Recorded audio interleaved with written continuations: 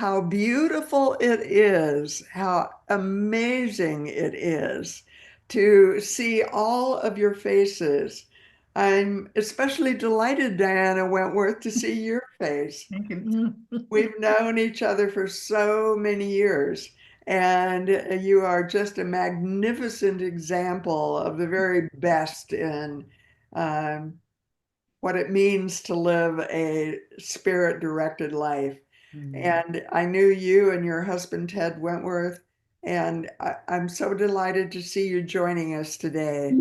And how beautiful it is to recognize that we're all here, all one, and uh, we also will have an invisible guest today, and that invisible guest today is going to be the beloved friend that Jim and Janet and I all knew at different times and in different ways.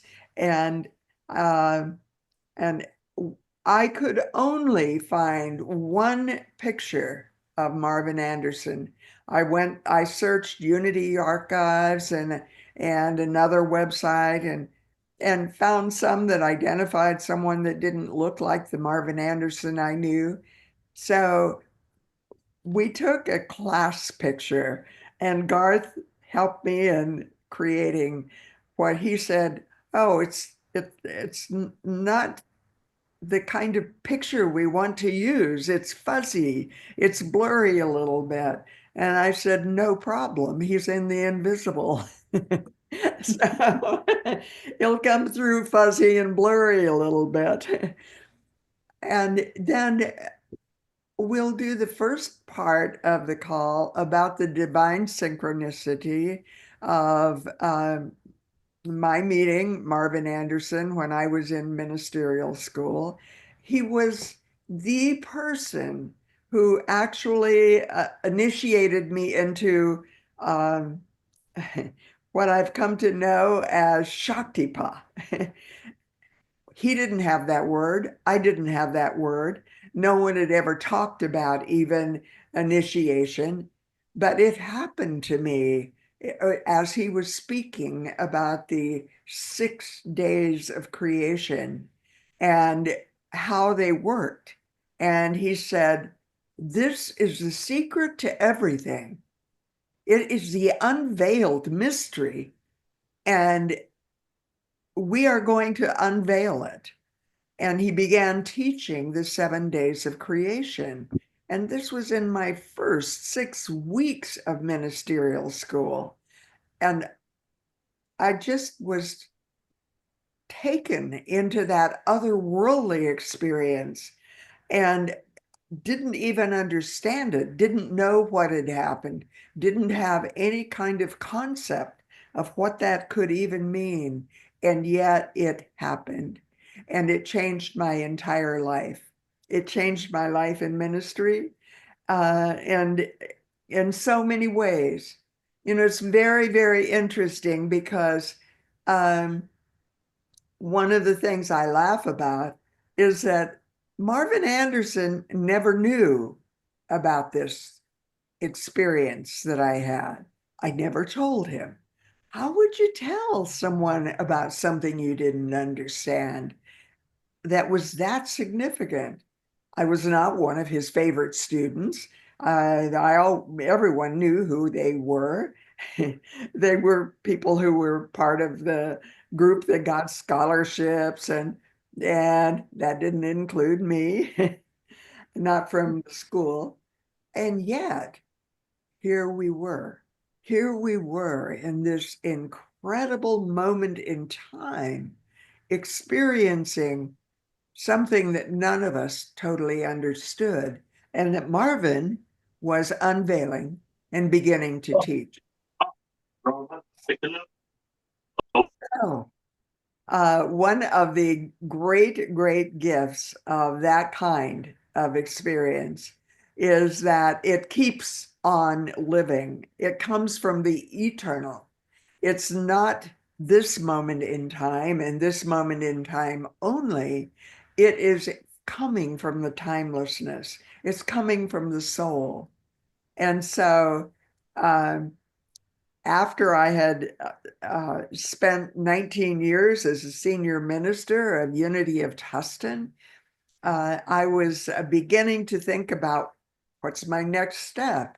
And one of the things that happened was that I got very clear guidance that the next step was a summit. And not very many people then were doing summits. Now, a lot of people are. But I saw a course that I signed up for with Brett Thomas online. And that website for Living Loving Legacy is still up. It includes some of the most important and most significant spiritual teachers of that era and all time. And it included Adyashanti, it included Andrew Harvey, who's still a friend, and other people that were so significant in teaching these advanced levels of spiritual awareness. And they were all live recordings. Jean Houston was there. And I never wanted them to go stagnant. I never, although there were no videos in those days, everything was just voice recording, but they're still up. And JIM VOLLETT, and on one of the calls with Brett Thomas, I think, Jim, you can tell me a little bit more about this. You were part of a team with him. No, not so much. Marvin Anderson turned me on to Ken Wilber. He turned our whole congregation on to Ken Wilber. And hearing that, I went and did the Ken Wilber training, and it was a 6-day training, and Brett was one of the teachers of that, and he and so I joined that call, and not only on that call was he and I became a major donor in the in that integral foundation, and so we would spend time together on that. But on that same call that you're on, I met my future partner, my business partner, Dr. Susan Cannon, who was a very good friend of Brett's. So the synchronicities continue to flow. And So. it's really fascinating because she actually was the third person that mentioned Terry O'Fallon's name to me. 3 is an important number for me. It's the Trinity. And when someone asks, did you know someone, Terry O'Fallon in this case, 3 times, different people didn't know each other, that was a signal for me that I was supposed to get to know her. And she became one of my significant teachers. And Ewan Townhead was also part of that series, and from Europe, and calling in. It was an amazing time. And I wrote about it in my book. And I talk about this experience of the mystery and love and the mystery and a vaster vision. And I was just looking at this paragraph this morning. Interestingly, a friend of Brett Thomas, who is also a coach, was a participant and teacher in this online gathering. There was an otherworldly moment when JIM VOLLETT and I discovered that we both had been deeply imprinted by Marvin Anderson, my teacher in ministerial school, who said, "This is the key to everything, and we don't understand it yet." Jim had known Marvin years later in Vancouver, and Marvin had deeply influenced his life. These unlikely experiences of another kind, I call them synchronicities, are like a message from spirit affirming, I am the Alpha and the Omega of Revelation 22:13. In the beginning has taken on the vastness. And of course, Marvin has taken on the vastness, but he exists still in my book, Your Soul's Invisible Codes, and in all of our awareness. So, Jim, tell me about how you worked with him and how he imprinted you and ultimately Unity of Vancouver. And then I want Janet to follow that and talk about you were well, I'll let her tell her role. She wasn't on the board, but you were on his board, I think. Uh, no, I wasn't on his board. I was on the board many years later for 7.5 years, but uh, I had launched my coaching business. I was actually around when coaching formed as a profession. I got to see it evolve, and I was one of the first coaches back in 1991. The fall of 90 actually is when I launched, the and we joined Unity in 91, and that's when I met Janet, um, and and then he came in 93, fall of 93. And so I started my coaching business to do what I loved every minute of every day and see how long I could keep getting away with it. And and so it was a struggle in the beginning. People didn't know that much about coaching, well, didn't know anything about coaching. And so soon after Marvin came, I asked for an individual appointment with him. And I didn't think that was that big a deal. I found out later he didn't do that very much. Um, but in that, he really blessed what I was doing. He he said, in 20 years, he says, I don't think spirituality will live much in churches. It will live out in the world, in the work like you were doing, like I was doing. He was speaking to me. And and I think he foresaw podcasts, he foresaw the internet. I mean, I'd be very curious about where Marvin would be if he lived now. Would he have a global following? And so so with that, I took his blessing and my business really started to take off in about 96. And and then from a Marvin point of view, he did this creative process every Lent. And we did it, one session every week for the 7 Lent, the creative process. And we had a Good Friday meditation with that, the 7 signs of the cross, the 7 metaphysical interpretations of Jesus's comments on the cross. And those were profound for me, and not only me, my wife, and so many people in the organization, to the point that we've continued it with tapes of Catherine's long after both of them are gone. We do it every year. By we, I mean a group of people here, and sometimes their daughter. And so I mean, my years, my life came along this creating of the whole year, every Lent, a whole different interpretation of Lent. And my work, one of the phrases I use for our work is, well, is there's an old saying that says, vision without power is a dream, but power without vision is a nightmare. And so our work was really about bringing vision to power and power to vision. So going into big organizations and bringing and getting this sense of humanity and human and uh, a spiritual sense far greater than the power that they had. So we would help people go through the levels of success, but then beyond success to freedom, beyond freedom to purpose, beyond purpose to mystical.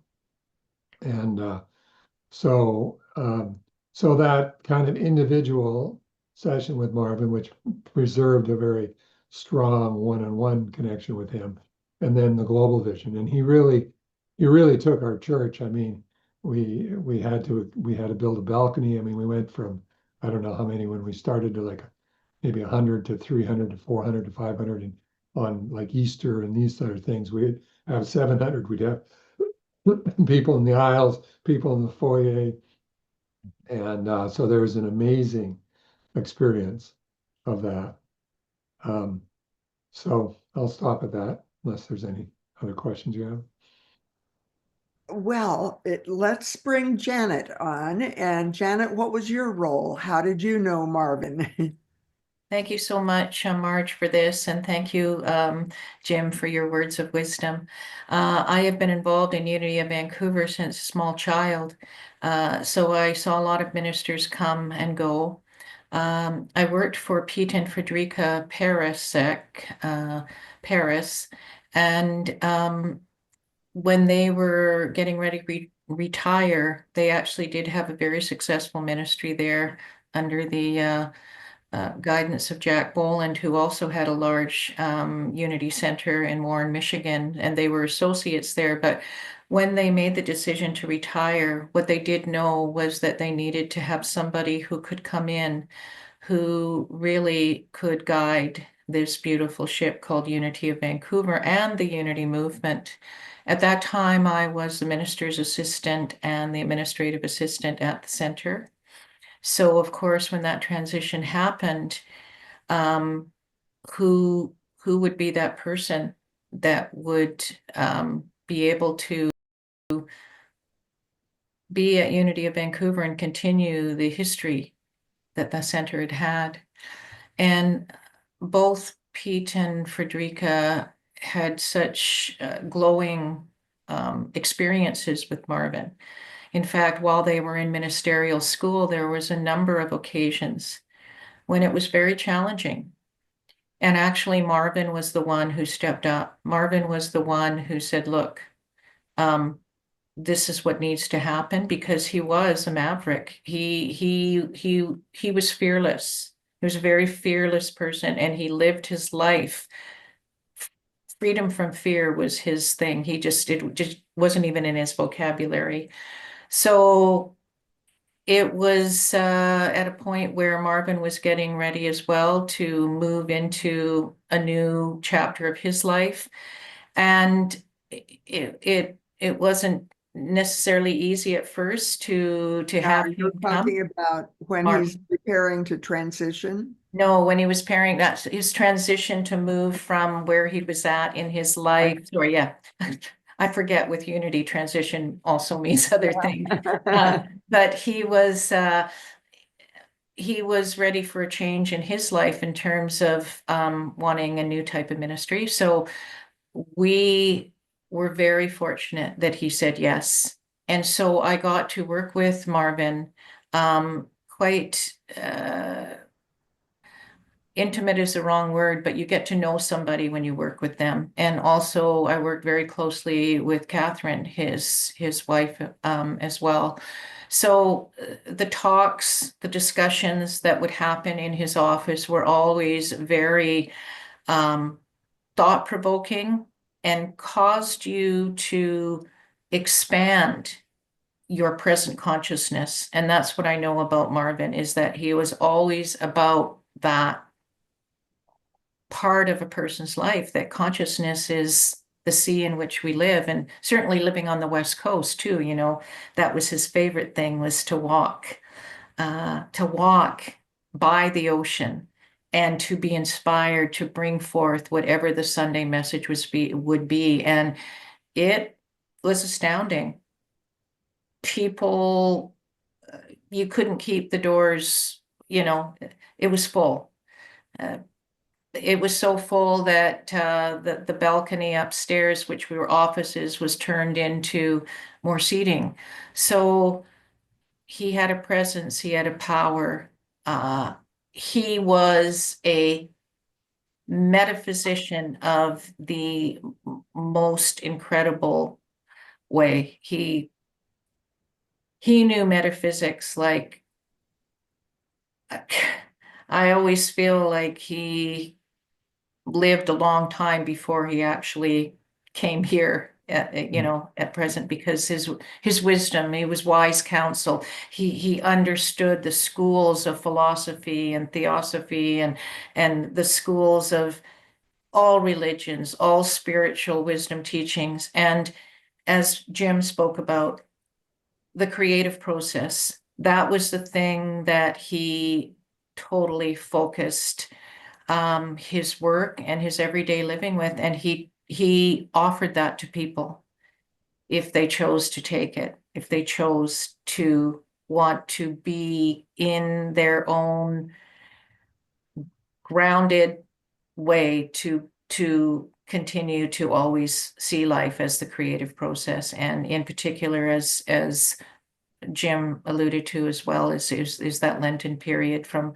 Christmas time up till the Easter. I mean, it was his day-long meditation that would last for a full day on Good Friday, and it was called Good Friday for a reason. He brought forth the kind of energy and teaching that still to this day has impacted people in their lives, not just on that day, Good Friday, but every day of their life. So I could say a lot of things about what it was like to work with Marvin and to work with Catherine. And what I will say is, you know, my life was transformed. My life was transformed. And I continue to do that because that's what Marvin would want you to do. And he was a maverick. He was not afraid to say what he needed to say. And the synchronicity goes further because Sandra Campbell, who is going to come on next, was the person that said to me here in Kansas City again, "Oh my God, I'm going to Vancouver." I was inviting her to be on my call. And she said, I'm going to be on. I'm going to, and we talked about when it was and the time it was. She said, "Oh, I could do that. I could phone in from Vancouver." And so Sandra is another of those radical revolutionaries, mavericks of a sense, that step into leadership roles that are beyond any that most people step into. And oh my God, yeah, that's what I say when I think about Sandra Campbell. She's not only the associate minister at Unity on the Plaza, which is the mother church, but she's also on the board at Unity Worldwide and now Unity, yeah, Unity World Headquarters. Unity World Headquarters, and also is very involved in the urban school and taking it into new steps. So Sandra, you didn't know Marvin Anderson, but you're living his vision. Wow. You're living a vision of someone that preceded you and that you never met. And yet Jim is describing it, Janet is describing it. And what I see in you is another example of that, and that is ahead of its time. Well, thank you, Marj. Thank you. You know, it's really interesting when I stayed at Janet's house and Janet and Brian treated me like I was part of the family. I feel like I'm part of the family. As did Unity of Vancouver. I'm a part of the family. If I had my druthers, I'd pack up and move there today. And I mean that in all seriousness. I fell in love with the people. I fell in love with the place. I felt right at home. I wasn't at all homesick. And Marj, it was a thrill to be able to be on your show that day. And I think you're onto something that's much bigger than maybe you even had planned in the beginning. The real funny thing about this story, how God turns things and how good things can come from things that don't seem so good. And this was not related to that, but about how this came to be. So Marj tells me all these names of people that I'm supposed to ask Janet if she knew. And I kept forgetting. And I talked to Marj, well, did you ask about Jim VOLLETT? And so I I said to Janet, okay, one of the names is Jim VOLLETT. She said, well, you just met him yesterday and you handed him a Kansas City pin that said the Jeeves from Hellsberg Diamonds, which is I Am Loved, the I Am Loved pins. And I go, oh, that's Jim VOLLETT. Okay, so I need to let Marj know that, yes, I met Jim VOLLETT. There we are. The world is so small. And it's no wonder that all things work together for good when we put things in perspective. Because we meet the right people at the right time for the right reasons. And you never know how the person you're meeting, and like you said, Marvin Anderson, who I never knew, fits into your story. So when I was thinking about your title today, All Things Work Together for Good, I was thinking about some of the things that we go through and we don't realize the good that can come even after we're gone. I'm sure Reverend Anderson now, if he were here now, wouldn't have realized the impact he's made. His name is still being spoken. The things he did are still being talked about, and others are walking in his footsteps. And Janet shared some stories with me about her experiences, that he was a mystic. And, you know, as mystics and as human beings, we all have frailties. But when we can just pick out those amazing elements that we experience with someone, set aside the differences and pick out those amazing elements, that's the part that inspires us to be better, to be greater, to jump higher, to run faster. So I am inspired by you, Marj, for the brilliance of your book, Your Soul's Invisible Codes. If you don't have the book, you need to get it. Marj keeps me on track when I feel like things are going sideways. She helps me to refocus and reimagine myself in the truth of my being, of who I am. That no matter what we're going through, God is already using it for good. And it reminded me, Jim, you said something, I wrote it down, because this month we're studying the power of power, the faculty of power, of the 12 powers. And you gave me this quote, and I think I'm going to put it in the Urban School newsletter for June, because vision without power is a dream, but power without vision is a nightmare. I love that. I love that, because I think that the reason we're all here on this call is a result of the power of this dream, this vision, to bring together like minds and to talk about some of these things that we don't always get to talk. You know, we might share with other people, but we don't really get to talk at a deep level. And I think this is so valuable for me. For me, it's really valuable. And then, Jim, you also mentioned your coaching business. I'd like to talk to you more about that in the future one of these days. And of course, Janet's brain is like a computer.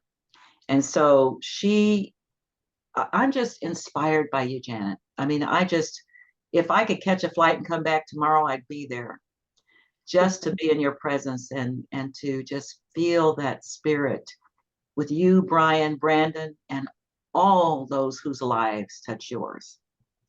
I'm amazed at what Unity of Vancouver is doing. And it all starts with a dream, a vision, with a dream and a purpose to make life better for people who don't necessarily have the opportunities. The building that you're planning to build to house people who need housing desperately. And, you know, all things work together for good. They do. So. And so one of the things that I put in the email is this plaque that actually hangs on my wall in the bedroom now. And we know that all things work together for good. And I've had it my entire life. The first time I remember it imprinting me was when I was a child. It was before Pearl Harbor, and I remember the day that Pearl Harbor was bombed. Wow. And I was a child playing house underneath the dining room table with a lace tablecloth over it that was open, and I looked up at that wall and I saw this plaque. And we know that all things work together for good to those that love God. And there's more to the verse that's really important. and are called, here's that key word, called according to God's purpose. And so it's an amazing thing. And this call coming together at this time was so significant for me. Janet and I had talked about some things I still wanted to dialogue about. But all of a sudden, I had an experience that was a total surprise. Discovered a lump in my breast, had never felt it before, went for a consultation. They sent me for a biopsy and scans. And next week, I have an appointment with an oncologist and a surgeon. I have no idea how that's going to turn out. It's still part of the unknowing for me. And I am just fine. I happened to be reading Mornings with Myrtle and saw in that little booklet, just 29 days or 28 days, um, the introduction about Myrtle Fillmore's life. And she was 86 years old when she walked around and told all of the workers goodbye. And they said, "You can't do that."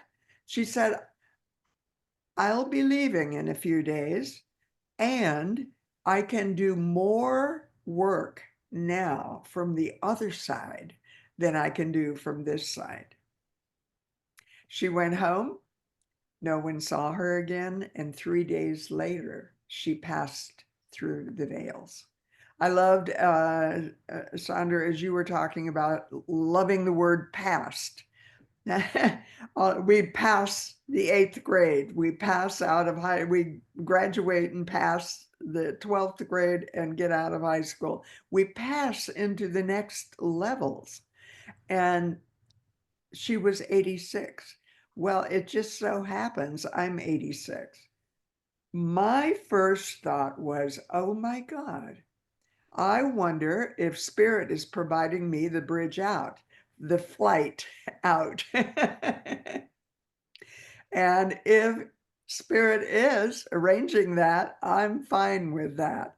I also have the awareness of jokingly saying multiple times in my life, I'm going for 100, and then I'll decide how much more I want.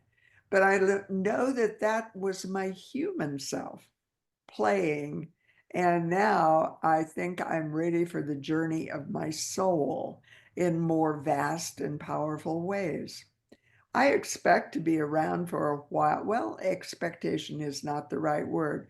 I still make plans for the fact that I will potentially be around for a while. I booked calls through the fall. The last one I've booked is for October. And I'm looking forward to every single one of them. But I'll be telling you about the next call, which I'm very excited about. And Janet, the fact that as I was preparing for this call, I suddenly remembered 2 sentences that you had said to me, 2 sentences, and I had written them down in my notes. And you said you had been diagnosed. And Janet, we'll go back to you. Yeah, I came out of nowhere. You know, you're on a spiritual journey, and then a new chapter comes up, and that chapter was called cancer. And so through a lot of healing modalities, through a lot of prayer, through a lot of people, the team, I accepted the diagnosis, but in my case, did not accept the prognosis, which was to go home and get my affairs in order. I'm here. It's 2025, and that was 2001. So the interesting synchronicity about that is the moment I was diagnosed, Pete and Frederica Paris, were coming for a 3-day visit. And they were the ministers who were quite instrumental actually in having Marvin come to Unity of Vancouver. Is they happened to be in town, and so there wasn't anything that Janet Law could have requested more than to have that support. And so there was 3 days of really intense healing that went on with us together. And I know that that set up the rest of the team for where I needed to go, where my intuition was saying, do this. God was the greatest resource, and it came through in such beautiful and extraordinary ways. So, yeah. What else do you want me to say about that? I mean, Well, I I want could to say a show lot. you a plaque that I had just this morning. This actually was my mother's, and is one I've had in my office all of my years of ministry. And the words are, prayer changes things. And one of the things you said to me was one of the first things we did was have prayer. And so I asked Sandra if she would lead us in a time of prayer, and this will be something that can bless all of us as we do our onward journey. No one ever knows, and I don't know what Marvin died of. I know he was at Unity of Vancouver. Is that right? Yes, he When that was. happened? Yeah, Prostate cancer. yeah, Uh-huh. cancer. Yeah. So we never know. And so, Sandra, lead us in a prayer for the unknowing. I would Yeah. like to just say one thing about that before Sandra starts. And the very first thing was I had a circle of my prayer partners, and they put me in the center of the circle. And that circle did what Sandra is going to do with us now. So I would like us all to just imagine that we are in, even though we're on Zoom and we're in squares, we are in a circle. So just wanted to point that out. Well, And thank you, Janet. That's perfect. Jim, did you have something you wanted to say? and just have each of us think that we are in the center of We're that in the circle. center, yes. And I too am a cancer survivor. I was 29 when I was diagnosed with cervical cancer in 1981. And it was the Unity principles that helped me through that. I started in Unity when I was 21. And so 8 years later, I was able to really apply those principles of healing and release and not holding on to what no longer serves you. So I'm going to start with prayers of release. And I'd like for you to just center yourselves in this circle. See yourself in the middle of the circle as been suggested. Take a moment, and before you close your eyes, look at the names where you don't see faces, and look at the faces with the names, and visualize each one in the circle, encircling you. We have a circle within a circle, within a circle, within a circle. We're all part of this circle. And so now I invite you to take a deep breath and relax wherever you are. Let go of any thoughts and ideas that may be vying for your attention. Whenever they come, just breathe. Return your attention to your breath.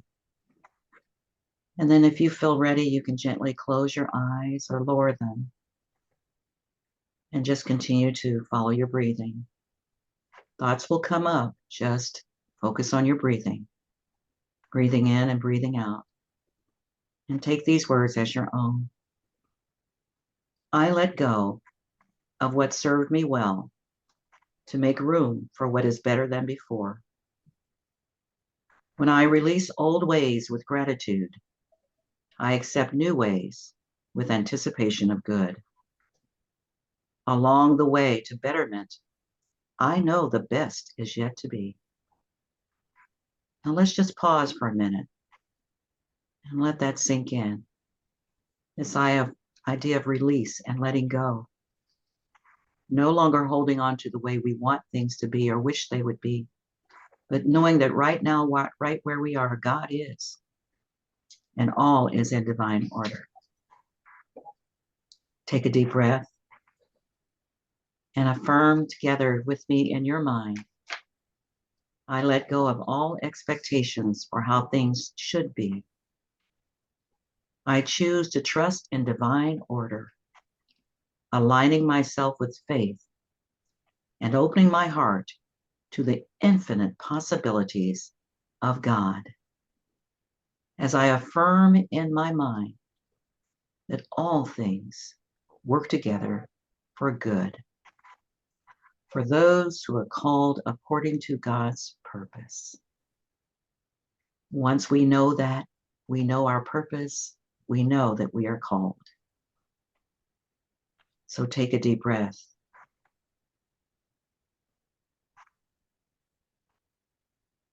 And just release any tension, any feelings of stress or disappointment or worry or fear about some future that has not occurred, some past that is already over. And in your mind and in this circle, visualize peace for each person within your circumference. Peace, sweet peace, now soothes my soul. I release and toss into the sea of nothingness any negative ideas or notions or feelings. Forgiven, forgotten, with focus only on the goodness of God, filling every crevice of my consciousness, and I am blessed. I am blessed. We are blessed. And now, before we leave this circle, we affirm this truth for each one on this call, that the Spirit of God goes before us. And there is nothing for us to fear, for our way is made smooth and easy. All things work together for good, for we are called to God's higher purpose, and we are ready to step into that greatness from right where we are. And so it is, and so it will be. Amen and Ashe.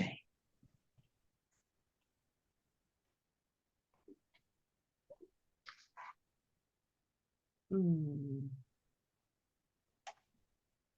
And so we receive and we give thanks for each other and for the blessings of the all that is. And Janet, you went on from that terminal diagnosis. And there's two things that I would like to have you briefly talk about that happened in your life that were just quite wonderful. One was you and I, or you and me, and this is a copy of a flyer for you and me, and it's about trees, disease, and the medicine you receive. And then the other one I want you to talk about briefly is your involvement with TED Talks. Okay. Well, you and me came as a creative project because the creative process is what we're all supposed to be doing. And that was one thing that was brought forward. And it was really a play that I wanted to produce that really spoke about our spiritual journey. And not only our spiritual journey in terms of, the practices that we have, but just the everyday knowledge that we receive just from being out in the world. And so what was very clear was that the medicines that come for breast cancer come from the yew tree.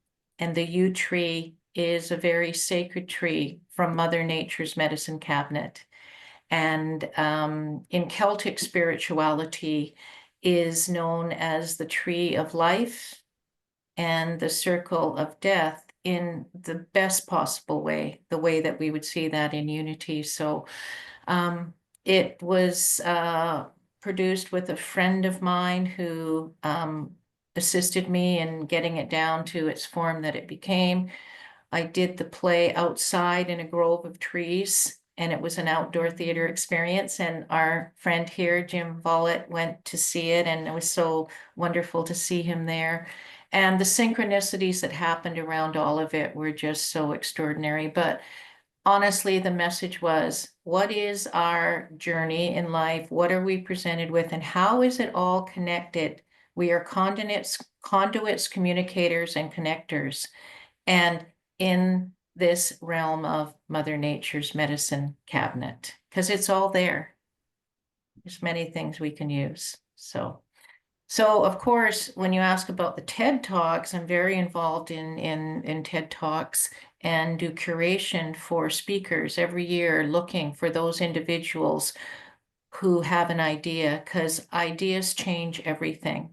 And Marvin Anderson and everybody on this call, we always have an idea that we can put out into the world that's going to change things.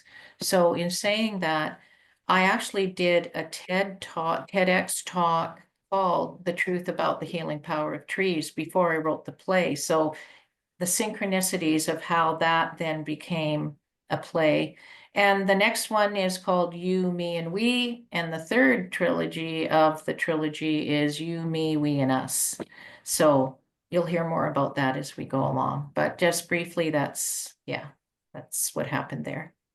One of the interesting things that I love is that when TED Talks were just beginning, there was a person that actually did one, Jill Bolte Taylor, and her TED Talk went viral. And it was one of the moments in time where TED Talks actually got high visibility in the world. And she works with whole brain living. She's still teaching it today. And I've done some coursework with her, and just amazing examples of how we have four brains, not just one brain. We have four brains. And which one do we make decisions from? Which one do we use most often? Which ones do we never use? Uh, she advocates doing a brain huddle, and she teaches people how to do that. And that all started with a TED Talk. And I don't know whether you were involved in those years of TED Talks, but they have exploded, and so many people launch their TED Talks. And many of my friends have done that. I've never done one, but Marj, was she the one that had the stroke? uh, Jill, she had yeah, the, I think she's a neuro, I've a forgotten. I think so. neuroanalyst, and Yeah. she's a neuroanalyst, and she had a stroke, which just closed Yes. her whole Yes. left brain in about 20 minutes. And And she was studying watching stuff like that. herself doing it. So shout out, I just recently read the book Beyond Anxiety. And that author's a really good friend of Jill's, and used Jill as an inspiration for a lot of the work in that book that I found really, really useful. So. Yeah. And what's her name again? Jill Bolte Taylor? Taylor. She's a doctor and I think a researcher. And She's so a neuroanalyst. She's a neuroanalyst, yes, doctor, researcher. But she had the stroke, and she lost the ability to talk. She lost the ability to reason, but she went into bliss. She just went into eternal bliss because she was only in her right brain. And so Wow. a lot of the work is this: how to know when you're in the left brain, how to know when you're in the right brain. And really connected some dots for me, and found it really, really useful. Wow. It's really, and I've seen that TED Talk. So And yeah. just for clarification as well, there's TED Talks and TEDx Talks. So the TEDx Talks are the community talks. So every community throughout the world can be part of TEDx. The big TED events are the ones that there's a significant cost to go to them, usually $10,000, and you're getting, very well-known global leaders. And then the TEDx talks are the ones that allow people who then get picked up sometimes by TED. So the one that I am involved with, over the last 3 years, more than half of those people have been picked up by TED as an editor's pick. So one last thing about the Mother Nature's Medicine cabinet is the Irish language is the oldest language other than Sanskrit. And every letter of the Gaelic Irish language is represented by a tree. They incorporated in their language the value and the spiritual value of nature. And that's honestly, Charles and Myrtle Fillmore were huge in understanding our connection to everything, which included them having the Unity Farm and how they began. Unity Village started with like-minded people who wanted healing and nature. So See, there's something I'd like to speak to actually about this. Marvin came in at a really critical time for our Unity. We were in debt. We had a church that the roof was leaking, things were, and so and he came in 93, and I think he left in 99, but died in 2000, if I remember. So it was a 7-year function, and all of the debt was turned around. The building was all repaired, etc. But also when Marvin left he left to spend a year to get over this cancer and come back, and he didn't get over it. He died. And that, given the Unity tradition of being able to overcome your illnesses, that really shocked us as a congregation.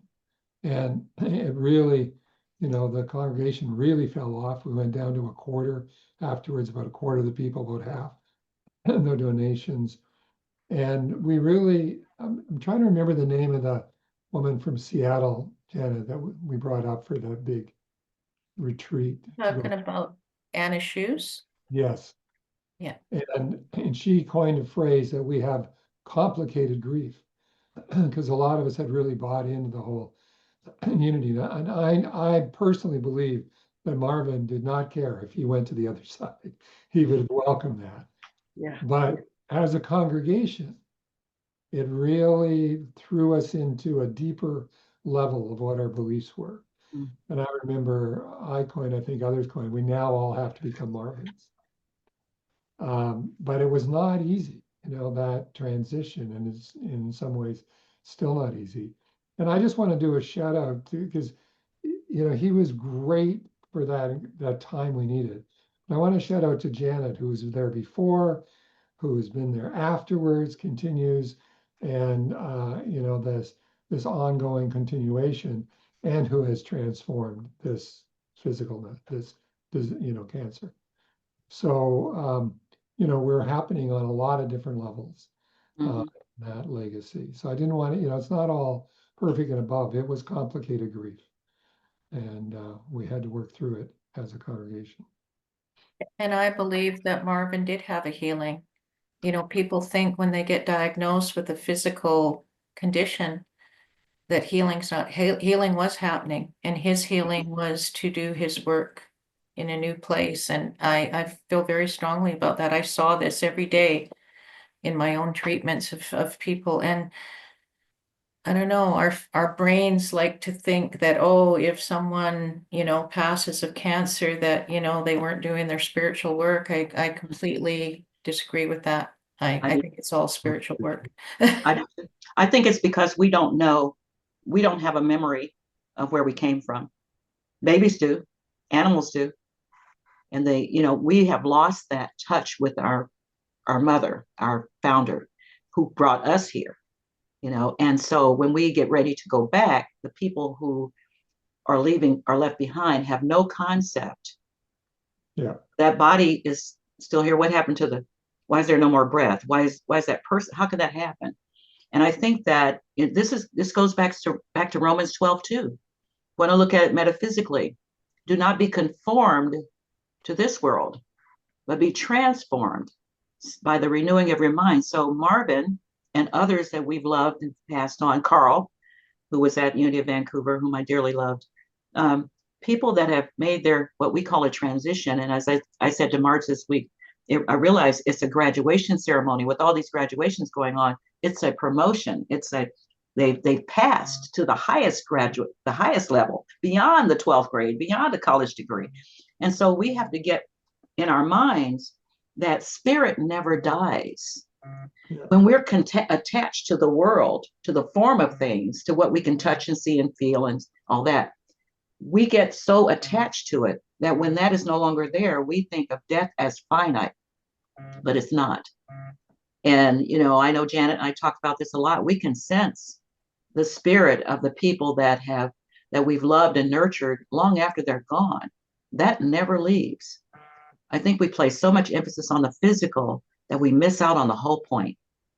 And I agree with you. I didn't know Marvin, but knowing others in my life who have passed, I have come to, including a 2-year-old son that I buried, the first close experience, other than as a child, grandparents and others. But, it taught me a lot. And I have to share, I love Max Licado's little book, God Will Use This for Good, because he says, life is messy. Just look at Joseph. And, this book is packed, it's very small, but it's packed with everything we need to know about how to move forward in spite of the challenges that we face. And knowing that we got to detach ourselves somehow from thinking everything's going to stay. Nothing's here to stay. This too shall pass. The permanent thing is the consciousness, the spirit. It never dies. And if Marvin was here, he'd be saying almost exactly the same thing. Wow. Yeah, he was one. We came here for a purpose. We're here to learn. When we're done learning, we go to the next thing. Yeah. I have one little story to tell. I grew up in a little town of 2,500 people. My mother was very involved in the United Church, very much in the music side of it, but we'd have to go to church, and very young, and so she came to church with me when she'd come out to visit in her 70s, and she says, I can't get over this. There's like 50 people in our church, and but I come here, there's 500 people, and they're all hanging on every word he's saying. Everybody's focused. She'd look around, and everybody would be like, look. And so often you'd hear people say around Marvin, you spoke that just for me. Mm-hmm. That was just to me you were speaking. Yes. And 500 people would say that, And that's the depth that he was talking to, the depth that's there in everybody, in every way. And he would, as Janet had said, he'd go walk around Stanley Park, our big beautiful park here in Vancouver, and he would talk about that edge of the land and the sea as that mystical edge. And he would reach for that depth all the time. And I guess I really want to also acknowledge Catherine, because they really were a synergistic team. She ran everything else, so he could do that. Right. And she has an incredible meditative presence as well. So there really was that synergy of the two of them, bigger than the sum of the parts, I believe. Is she still living? No.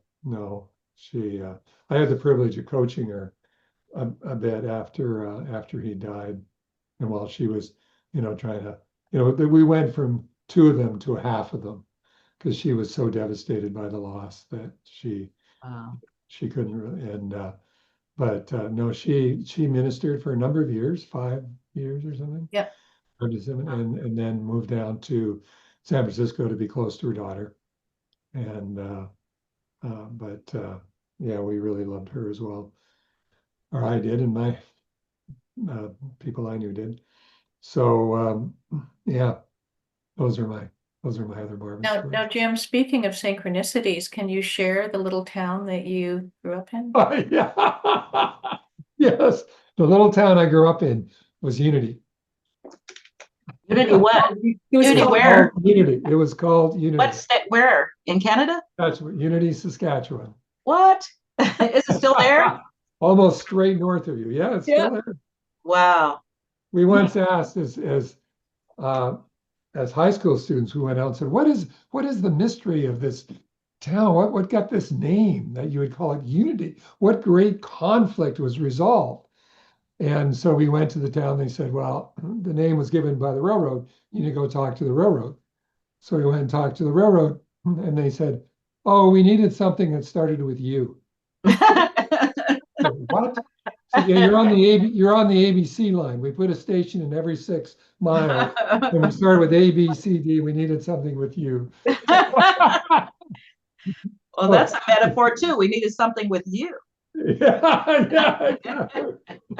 So, but anyways, I grew up in Unity, ended up in Unity. Oh, that is amazing. I've been Wow. in Unity all my life. You were born in Unity.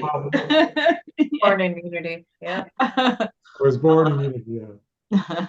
Love it. I've forgotten that. So So let me take a moment here, the pause point, and remind everyone that uh, this is love donation based sharing. And before we go into oh my God and sharing and questions and answers, if any of you have them, um, we're so grateful for your gifts. And so you can find a donation button in the emails, and you can also find it on the website for Called by Love Institute. And if you're not on the email list, be sure and sign up for Join Our Team. So I really, really appreciate all of that part of your participation. I always love getting your messages afterwards. So many people listen to these calls on uh, replay. And so, whether you're listening live or whether you're listening on replay, the energy field, the vibrational essence is still the same. That does not go away. So, I'm so grateful for your participation. And thank you, thank you. And one of the things I wanted to let you know is that next month, our spotlight guest is going to be Brad Laughlin. He lives about half time in South Africa. He's the life partner of Leslie Temple Thurston, and she lives there, and he spends about half of the year there in South Africa, and the other half of the year, he spends in the United States or doing tours and retreats, and he has a monthly program that he does every month on Core Light. And so, very, very beautiful soul. And I'm so looking forward to his being on our call next month in June. So, he'll be back in this country and visiting his family. The following month, David Now is going to be our spotlight guest, Swami Brahmananda. And he is an amazing soul and living in India full time now, but also doing retreats occasionally in Assisi or other places in the world. He'll be doing one at Unity in Tustin. When they found out he was going to be on Cult by Love Institute, they immediately said, how can we get in touch with him? So I love that sometimes this is the way it works. And I look forward so much to your being able to share your experience with your friends. And this call will actually be posted on our website within a few days. And it's been just a joy. And so some of the people have left that were on live. Diana Wentworth, I was hoping would come on and talk about her experience as of being a doula, for being with people when they pass through the veils. I knew both Diana and Ted, and they took that training, and then they experienced that when Ted made that decision and went through the veils. So, but she had to go for another call. And so it's just a great, great joy. And so let's see if Gaynell Rosen, would you like to come on? Marla Williams, would you like to come on? Or even Garth? And any anyone that would like to share oh my God moments, or moments of oh, I can't believe some of these things that you talked about, they've happened to me. And so those are my favorite kinds of sharing moments. And anyone like to come on? Hello, Marj. Hello. Gaynell. Hi, Marj. Yes. It's so good to see you. You're looking great, hon. Well, I really enjoy uh, the time with you. And usually it's not in person. I usually do it later. I listen to the videos later. But I'm glad to be here with you today. Oh, Gaynell, tell us about what's going on in your life. Well, the big thing is I had a stroke in January, but luckily it was a minor. I'm doing good. I'm walking and talking, and I'm doing very well. And I'm so grateful that I'm grateful I even had the experience, because even though I've always been extremely grateful person, it's even it put an accent mark. Oh my, oh, I'm so grateful. I have a real big accent mark on there. I'm saying yes, for sure. And I'm grateful for my ascension meditation that helps me very much. In the hospital for 3 days using ascension meditation helped tremendously. And I think that's why I got well so soon. Oh, that's beautiful, Gaynell. You were so important in my son's life, and I'll never stop thanking you for that. Well, he You were, was a blessing to me. I learned so much from him. He was a dear friend. oh, thank you so much. And I think about him often and you. So I know his birthday and the anniversary is coming up next month. So Yes. we always keep in touch during that time. So thank you. Oh, you're so welcome. And Garth, how have you related to some of the things that we've talked about? The part about divine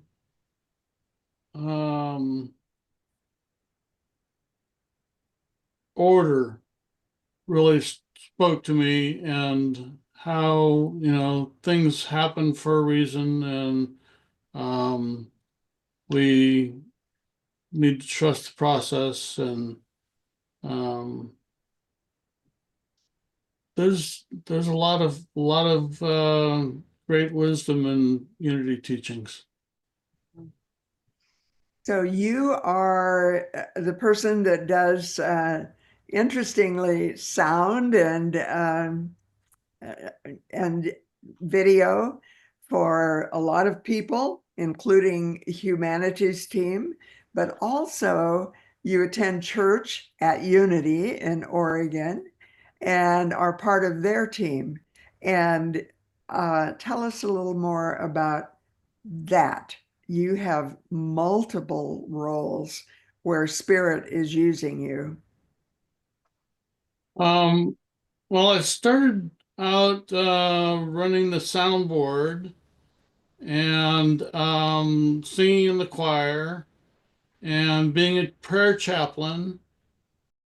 And then when COVID came along, I decided to start a video effort to videotape just the minister and assistant, and there was just a handful of people in the room, and we would send that out first on videotape and then on live stream, and then we got a grant to improve our live stream capability, and so every week for almost 5 years now, I've been broadcasting live stream and posting the recording to our YouTube channel. So And this is Unity of Salem? Unity of Salem, right, in Salem, Oregon. And I know a little bit about your life. You've not always lived in Salem, Oregon. You've lived in various parts of the country and shifts and changes. Can you see how these have all worked together for good? Oh, sure. It's a constant process of learning and living and adapting and becoming more with one with God. And one of the ways that I got acquainted with Garth is because he was one of the producers of Humanities Team uh, um, annual event, their annual summit. And Andrew Harvey and I had together been on that 2 years. And Garth was the person that Humanities Team recommended to me when I needed to have someone help me as a virtual assistant. And I'm Yes. so grateful. I've been with the Humanities Team for 11 years now. Yeah. Wow. And they have a mailing list of over 1 million people. And that's pretty incredible when we realize that you started as a volunteer with them, Yes. and now you're part of their paid team. And one person can make a big difference when we begin to think in terms of video and the internet and being part of a timeless experience. What I know always is that the calls that we're doing now about people's lives, this call was sort of an exception to that because we normally talk about the 4 stages of people's lives. And the first one with Janet was about that. The one with Sandra was about that. Um, it's amazing. And Jim, if you ever want to do a call like that, I'd love to have you do that. The 4 stages of your life, because we see often that our values become part of the imprint that we take. We actually pass to higher grades. Our values have some of the same relevance. And even though they change, my commitment to the Bible, for example, shows up now in my life as a Unity minister, even beyond platform ministry in my book. I still love mystical Bible. Marvin Anderson was part of that for me. Didn't have a clue what mystical Bible even represented in my childhood, where I was raised in a fundamentalist family. So thank you so much for everything that all of you do. And Janet, one last thing we haven't talked about is you're leaving tomorrow for a trip on the El Camino. Tell us about that and tell us how that is a symbol for you of your entire life as a conscious adventurer. I've always been a curious adventurer. And so part of the reason for going on the Camino has been kind of a 5-year idea, which then has now become manifested. So for me, the Camino is about what it means to the individual. It is a pilgrimage. For me, it is a journey, a spiritual journey. And really, for me, what it represents is being completely in the now moment. And I've been working with a friend who is and has been a mountain trekker for many years and a kinesiologist. And one of the things we've been working on is, what is this body we call the body? Where is your head? Where is your heart? Where is your hara? He said the only thing that, I mean, it is part of our body, all those things, but he said our brain is the only thing that is really, that can think us out of being in the now moment. So we've really been focusing on my training in just being here now. And he could tell when I was walking, no, you're in your head. No, you're in your head. No, you're in your head. And so for me, this journey is about being completely present on this, kilometer, many, many kilometers from Valence to Santiago. So I'm doing it with my sister and 2 dear friends, and there are no rules, there are no guidelines other than we need to walk at our own pace, in our own time, in our own present moment. And we've been very clear about that. So my sister, I'm so looking forward to spending time with her, that sisterly love that you don't think about how important it is some days, but to me, that's a big part of this trip. So. One other thing, since we have a little bit of time, I would love to have you talk about. We share so many things in common. Jack Boland was my mentor. I chaired the Church Growth and Development team for Unity Movement when he asked me to come on board, when he decided to resign and take that role. And I did it for many years. But another person that both of us have done extensive training with is Stan Groff, Stan and Christina, and holotropic breath work. And I'd love to have you talk a little bit about that thing that we also have in common. So early on in the Unity ministry, when Pete and Freddie were there, they brought in a lot of Stan Groff's work early on in their ministry. And our breath is God's breath. And so I think in holotropic breath work, the design of it is to, the goal is to have an open and receptive vessel. And so most recently, Will Keeping and Cynthia Bricks, who actually worked very extensively with Stan Groff.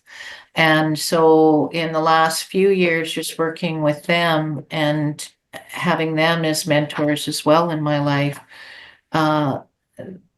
they, in their own ministry, have practiced this form of breathing and this form of breath work. And there's so many things to say about it, but this idea of spiritual emerging, a spiritual emergency, it's really about spiritual emergence. And I think that's what the breath work does, is it gets us in this place of emerging a part of ourselves that never would occur had we not been in the present moment to release those things that sometimes build up. And Jack Boland was a huge believer in that, I tell you. You want to talk about forgiveness and letting go. He was a master. He was a maverick. Him and Marvin were mavericks, really, in that area. And so, very briefly, that's what I'll say about that. After I did my training with Stan Groff and Christina, it was before she passed through the veils. I started bringing in people who knew how to do that. And we had groups that would meet once a week and focus on breath work. And one of those people at that time was David Now. Swami Brahmananda is the name that he uses now. And he told a story about when Christina, who was a sort of a disciple of Muktananda, as was David, he was the director of his worldwide tours.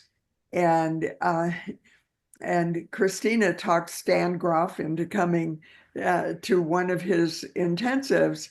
And Stan sat there in utter amazement as he listened to what was happening. And he said, "That guy stole my research." And of course, what Muktananda was doing was just downloading directly from spirit. Right. And I love the stories that people tell. I love the ways that we talk about the process that is so natural, and yet it's part of our life, our very breath, our very breath. And so that's what I always do whenever I find myself triggered, whenever I find myself feeling like something's not working the way I want it to be, such as now, even with my partner. And the minute I feel that trigger, I can go into my heart, I can breathe deeply, and just infinite patience with it, followed by deep breaths, infinite patience. And then the next one is infinite persistence, staying with your real self, staying with your true self, and constantly coming back to that, value. And for me, that value is primarily living in love, living in peace beyond understanding, living in joy. And all of the rest of it is part of the realm of the rational mind and part of the realm of duality. And you just keep breathing into that shift point where you let it all go. And that's what I'll be doing the next week or two or three or however long it takes to define itself. And it's been absolutely a joy to share in these kind of intimate, unveiled ways with people that I admire so much and people that have held the kind of vision. I loved once again what you said, Jim, about vision and power. And that was something that will always stick with me. You know, power without vision is not what we're looking for. And vision includes, as you stay in this awareness, as you stay in this breath process, as you breathe into it, infinite patience. The soul lives in timelessness. It doesn't live its reality connection with spirit in all of the realms of duality, although it is always already there. But where we really access that power, divine power, is when we hold that awareness of that essence of our I am presence, our true self. There's a lot of levels of truth in the realms of duality. People have their own perceptions, they have their own viewpoints, they have their own ways of acting in the world. And we are in a time of incredible friction, separation, and division. And maybe the reason we're still here is to be way showers, or what I've come into the awareness of just in this last couple of weeks since my surprise was maybe we've graduated and maybe we're just completing these moments of graduation and becoming aware of what's next. And, you know, either one of them is okay with me. I love knowing I am that always, already. And so thank you so much. Anyone have any final words they want to say before we sign off? Thank you, Marj. Thank Yeah, you. thank you, Marj. Thank you, Garth. Thank you, Yeah. team. Yeah, thanks to all of you. Learned a lot today. Thank you. And You know, I wanted to say that there was another synchronicity, and that was that both Marvin and I were going through our journey of cancer at the same time. He passed in 2001. And I think there's something that happens between this weaving of the thread that connects us all, you know, this idea of, you know, Indra's web, you know, yes, the Indian story of Indra's web, that everyone is a jewel in that, and we're all connected with our own gifts, strengths, talents. It's quite wonderful. It is. ultimately, we're all one. There's only one. And there is no separation. There are individual souls with unique gifts, and we need each other. Yep. We're not supposed to do it alone. We need each other in this realm of oneness. So I feel that oneness with each of you, and I'm grateful for you in my life. Thank you. And Okay, so, there's rarely a day that goes by that I don't hear those words. yes, yes, Mhm. deep gratitude and deep love. And let's simply pray out by saying, thank you, God. Thank you, Holy Spirit. Come upon us. Let us live our lives in the awareness and in the presence and in the power of I am that. And so it is. Thank you. Amen. Safe travels, Janet. Yeah, I'll look forward to talking Good to you to all. hear from you. Yes. And see Yeah. pictures, hear For sure. stories. Thank you. It'll be great. And Marj, we're thinking of you and blessing you and loving you and knowing that this circle of caring is with you always. Yes. Yeah, Always. circle of caring. And Marla, you didn't hold up your hand to share, but know that you're included in this circle. Absolutely. Absolutely. Thank you. Much love. Much love, everybody. Y'all have a great day. Have a wonderful day.